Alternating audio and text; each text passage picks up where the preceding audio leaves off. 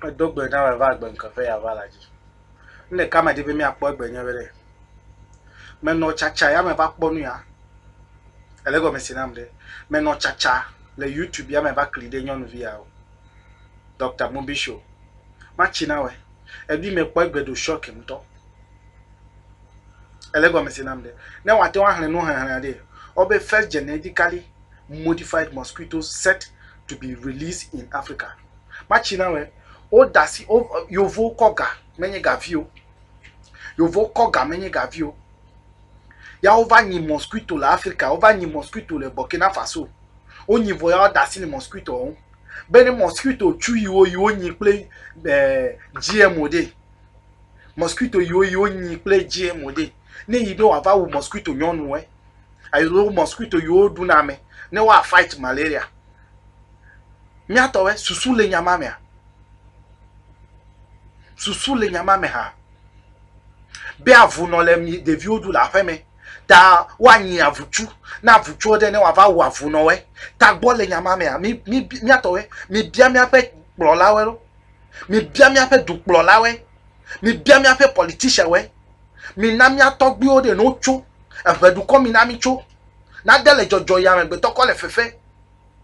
Na de le jojo de mi ko le fefe. Mi atowe me gbo na da be gbere ka mi afoko mi afete mi aku mi achi abaji me nya be yovu un tetele un vo me le gbogbo na obede. This is the first and the last issue happen ya ta me gbo ne mi oh maga no nungu po yo la ma yo nungu po de mela ne mi ape politician we mi ape health organization mi ape doctor we mi ape minister of health or whatever it is ne mi Ghana duko Togo duko wacho agbabe okay enu ele ke mi akono go cover that defma ne doctor lord they never compare never call 10% la ne doctor lord they never help minister lord they never help 10% ya he will not ne globere ne mi kono go poko ifma ne mi oyire no china doc ejebe na katambe o ma ho si de ke o ma ho gade ke o ma ona de ke ko gle Ghana do ko wa katam no yi de office de mebe am akaga to asi officer enyele chichina we MPP o NDC o am akaga to asi officer ta gbogbegbele fe nyaka ma ava ni mosquito ani mosquito voila china mosquito beneva vo ega yo ko le mosquito chunyi de mi atowe ega ma to wa do gota do fete me ega ma to wa atwa wunu ya like recycle place they pay no law do vai code wa tia rubber accord adudo nto to cover o manio ele ko mesina mde adudo yo lo na le dumere alo city mere eyivo na ple imevo na ode wa podo fe na we wa ti won ko fu factory de ega yo gbe ko le mosquito ni mi atowe GMO mosquito mane duwe de ekuya le didi na we me gbo na da be yo vo de o me dinyo na mi GMO o ma dinyo na mi egbola yo vode o me dinyo na mi echo iva yo o ma dinyo na mi egbe o eya ma no gbloda bo mosquito ya ba le nyinyi ta gbo gbegble fe nu wo into the environment to try and fight malaria, and this is absolutely troubling and absolutely disturbing. Now, you know, how do we trust people who have talked about how there's an overpopulation of Africans on the continent? How do we trust them?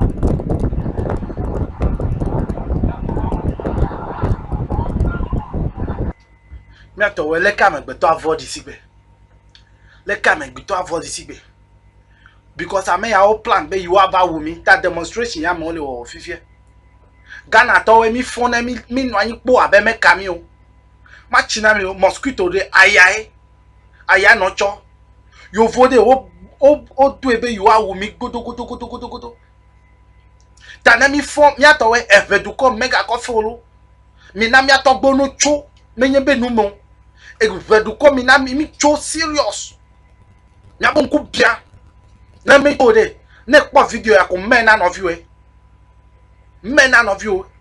ajeto de kade me so vo wa ko bibla cover na mi ata me no bibla fe ya glo ne de you do ko bibla cover na mi de anyene vovu to mele mo mi ma pa me de ke won ku mo vo agbe yo le no nom na mi agbe yo no de mi awon cho de fi me de e ya ke kwa no e mi chi vo ya ke kwa ba ona mi leke na ba nyi mosquito leke na va ni mosquito le bene mosquito ne va fight mosquito bubu he me ponya ni le jojo le me mi atowe ajeto de kede ke me so wu ame ya o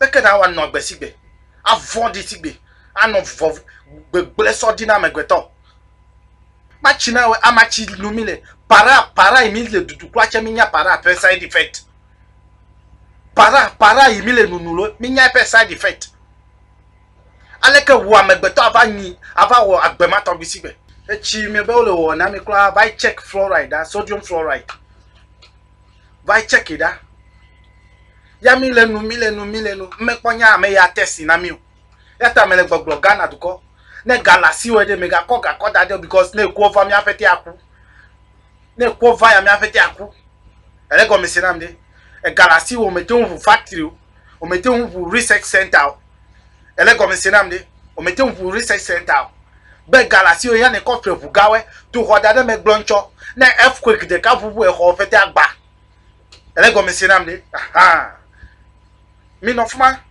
ya towe eninye veduko glomele veduko minamicho Ghana duko menena dia avade mi voter regime na mi le voter regime abe koklozi mi na via mi chakple no cheto borderline ma ko de Togo pe Ghana do mi dasi le borderline ma ne me via mi chanwe da be ale to gbegbele na bonku bien ajeto de kede keme so wu me so wa me ya o ava ni mosquito ne va wu mosquito ele kaima egbo chu vai wo egbo no pa alo jata chukla vai wo na jata no fika isele po ya do mosquito ma vo mosquito ne duode do nana o malaria ya wo ko GMO pharmacy ko de fodo mena mosquito ma le mosquito ma va duwe wo amegbeto ya de luka wa na o ele go mesinam de no le para na obe para yodo ore ekema how about ne para yodo afi onye be para side effect lewu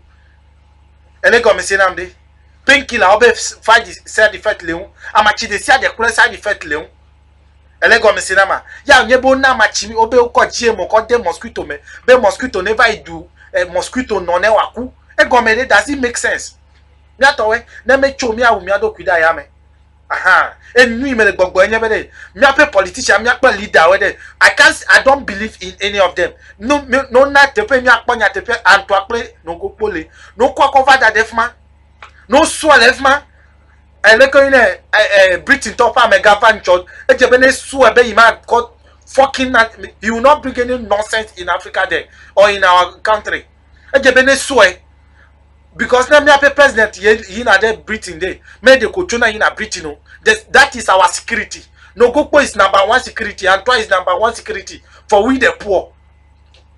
If you are in the church and you are praying, you can't see the angel, you can't see the Jesus, you can't see Jehovah with your eyes.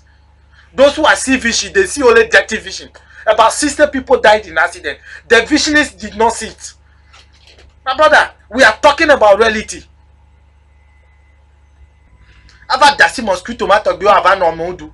Nya mosquito ma va du ko GMO ko do la mena ode. Nu ka wa gbele nwe. Babia imele babia ma. Ne mosquito yo ne GMO be never idu soro a.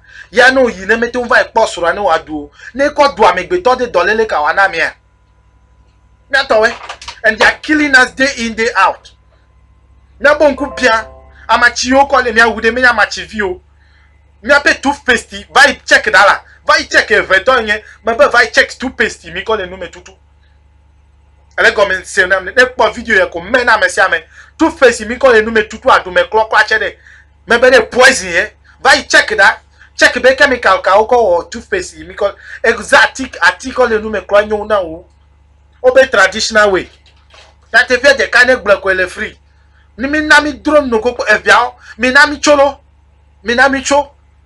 Borderline ma ko de mi ape Togo to do me de mi dasima dade mi dasima kwa mi let's forget that borderline mi to we mi abonku bien mi no Africa le ma queen play to we ava no amachi gbegbelo na megbeto we gomede mosquito net yo nana mi kwa cho be mi no nya be mi no za hade tagbo seseta mosquito net ma do nana dolele ya ta obe na nya obe na si afi na zen mi ato mi na mi cholo ma video ne pa video ko me mega ko dade o ma video they actually have been a bioweapon that was being